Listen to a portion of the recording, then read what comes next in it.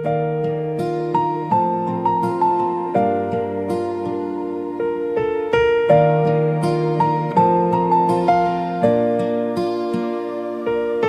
်မဲ့ pick up ပိုင်းကောင်းစဉ်ကတော့လူတွေကကိုဘယ်လိုမြင်ကြလဲပေါ့နော်လူတွေရဲ့စိတ်ထဲမှာကိုဘယ်လိုမြင်ရှိကြလဲပိုင်း1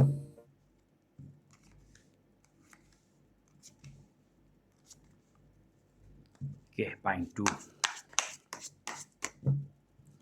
လူတွေကကိုဘယ်လိုမြင်ကြလဲ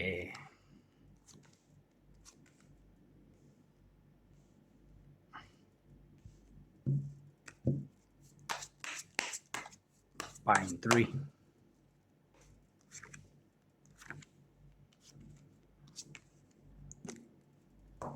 ပိုင်း1ကနေစကြည့်ပေးပါမယ်လူတွေကကိုဘယ်လိုမြင်ကြလဲလူတွေကကို first impression ပေါ့နော်သူတို့ကကိုဘယ်လိုမြင်လဲဆိုတော့ကိုကစကားပြောကောင်းတယ်လူငယ်ဆန်တယ်ပေါ့နော်ပြီးတော့ကိုမာကလောက်ရည်ကန်ရည်ရှိတယ်ကိုမာကပညာလဲအထိုက်လျောက်ပေါ့နော်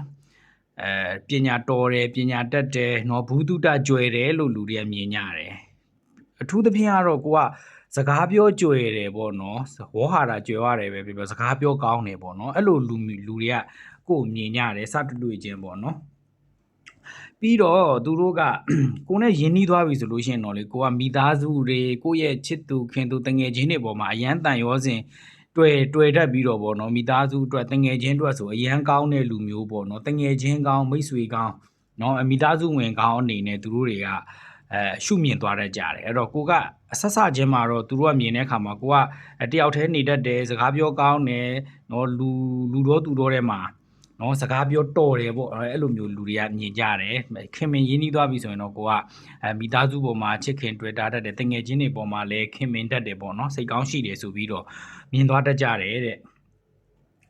ကိုယ့်ရဲ့နောက်ွယ်မှာကတော့လေသူတို့ရဲ့စိတ်ထဲမှာလေကိုကအရန်ကိုတခုခုဆိုထိလွယ်ရှလွယ်ပေါ့နော်ဝမ်းနေတတ်တယ်နော်အဲ့လိုပုံစံမျိုးလေးသူတို့ကမြင်တယ်ကိုက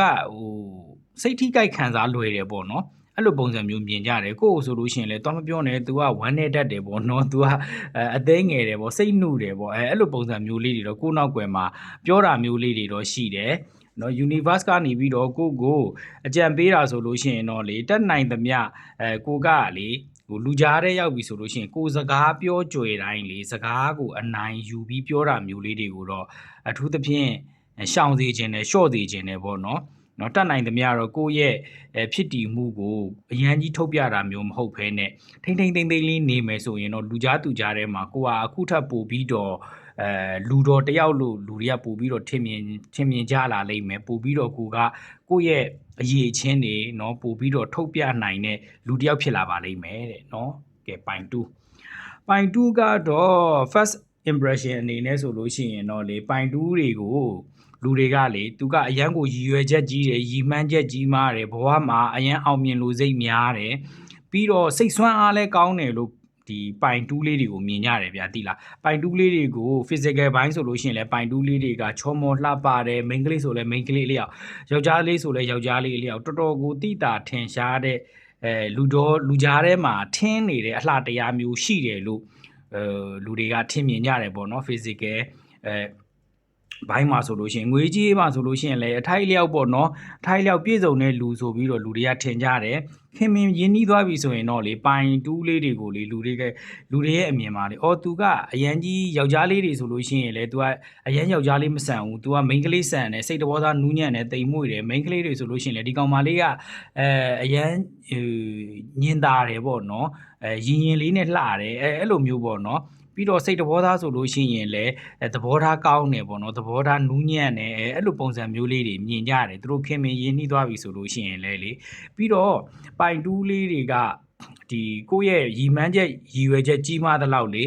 အလုပ်လုပ်တဲ့အခါမှာဆိုလို့ရှိရင်လည်းလေတစ်ခါတရံမှာကိုဖြစ်ချင်တာတွေကများနေတော့လေနည်းနည်းဝေခွဲမရဖြစ်တတ်တယ်ပေါ့နော်အဲ့လိုမျိုးမမဆောင်ဆန်တယ်လို့လေတစ်ချက်ပတ်ဝန်းကျင်ကလူတွေကမြင်ကြတယ်နော်ပြီးတော့ပတ်ဝန်းကျင်ကလူတွေရဲ့ဒီကိုနောက်ွယ်မှာဆိုလို့ရှိရင်လေအားကြတာတခုကကြတော့လေပိုင်တူးလေးတွေကလေဘာသာရေးကိုင်းဆိုင်နေထင်တယ်ဗျာသိလားနော်ဘာသာရေးကိုင်းဆိုင်တဲ့လူတွေလည်းများလိမ့်မယ်ပိုင်တူးလေးတွေကအဲ့တော့ဘာသာရေးကိုင်းဆိုင်တဲ့ဟာကိုသူတို့တွေကအားကြကြတယ်ပြီးတော့စိတ်တည်ငြိမ်တာမျိုးတယောက်တည်းဆိုလို့ရှိရင်လည်း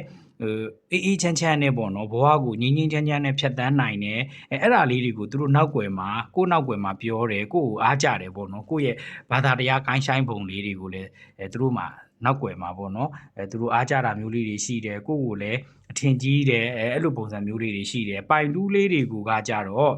နော် universe ကပေးခြင်းတဲ့ message ဆိုလို့ရှိရင်တော့ပိုင်တူးလေးတွေကလေကိုဖြစ်ချင်တဲ့ကိုလုပ်ချင်တဲ့အရာကိုလေစိတ်ခံစားမှုတဲ့စာရင်လေအုံနှောင်းပေါ့နော်အသိဉာဏ်ပညာပေါ့နော်အဲ့ဒါတွေကိုအဓိကဉာဏ်ကိုဦးစီးပြီးတော့လုပ်မယ်ဆိုလို့ရှိရင်တော့ပို့ပြီးတော့အောင်မြင်တတ်တယ်เนาะကိုယ့်ရဲ့ရည်မှန်းချက်ပန်းနိုင်တွေကိုအလျင်မြန်ရောက်အောင်အထောက်ပံ့ဖြစ်စေမယ်ပေါ့เนาะအဲ့တော့ကိုယ့်ရဲ့အသိဉာဏ်ပညာပေါ့เนาะအဲ့ဒါတွေကိုပဲအသုံးချပါတဲ့အဲ့တော့ဒါကတော့ပိုင်2လေးတွေပေါ့ကဲပိုင်3လေးတွေကိုအမြင်မှာဆိုလို့ရှိရင်တော့လေပိုင်3လေးတွေကိုဆတွေ့ခြင်းမှာလေလူတွေကလေဒီပိုင်3လေးတွေကငွေကြီးဆိုလို့ရှိရင်လည်းပြည့်စုံတယ်နော်လိုချင်တာဖြစ်ချင်တာဆိုလို့ရှိရင်လည်းသူ့မှာကပြည့်စုံနေတဲ့လူမျိုးလို့ပိုင်3လေးတွေကိုမြင်ကြတယ်ပြီးတော့ပိုင်3လေးတွေကလည်းလေလူငယ်ဆန်တယ်ပြီးတော့ဘယ်လိုပြောရမလဲအထိုက်လျောက်ပေါ့နော်ကြည်ကောင်းတယ်ဆိုပြီးတော့ပိုင်3လေးတွေကိုမြင်ကြတယ်ပိုင်3လေးတွေနဲ့ခင်သွားတဲ့အခါရောက်ပြီဆိုလို့ရှိရင်တော့လေသူတို့ကငါတို့ထင်ထားတာထက်သူကဘယ်လိုပြောရမလဲထက်မြက်ပါလားပေါ့နော်သူ့မှာငွေကြီးပြည့်စုံတာနဲ့မကသူကထက်မြက်နဲ့เนาะ smart ပေါ့เนาะ smart lady တို့smart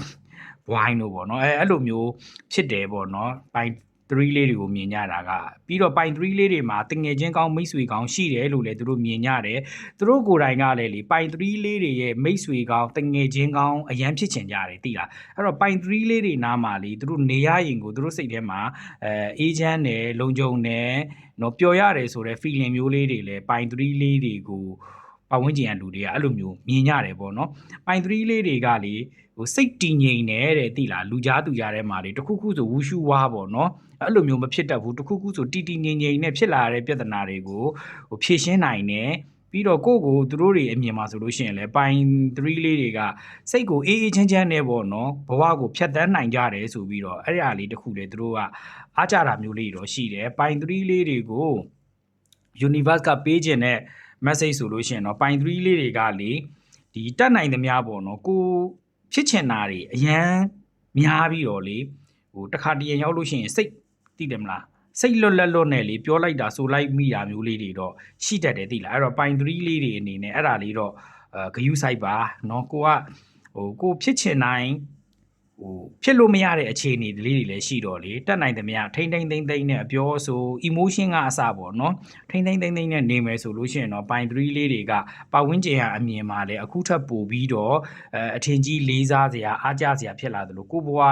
ရှင်သန်ရက်တည်ရေးမှာလည်းပို့ပြီးအောင်မြင်လာပါလိမ့်မယ်ဗျာ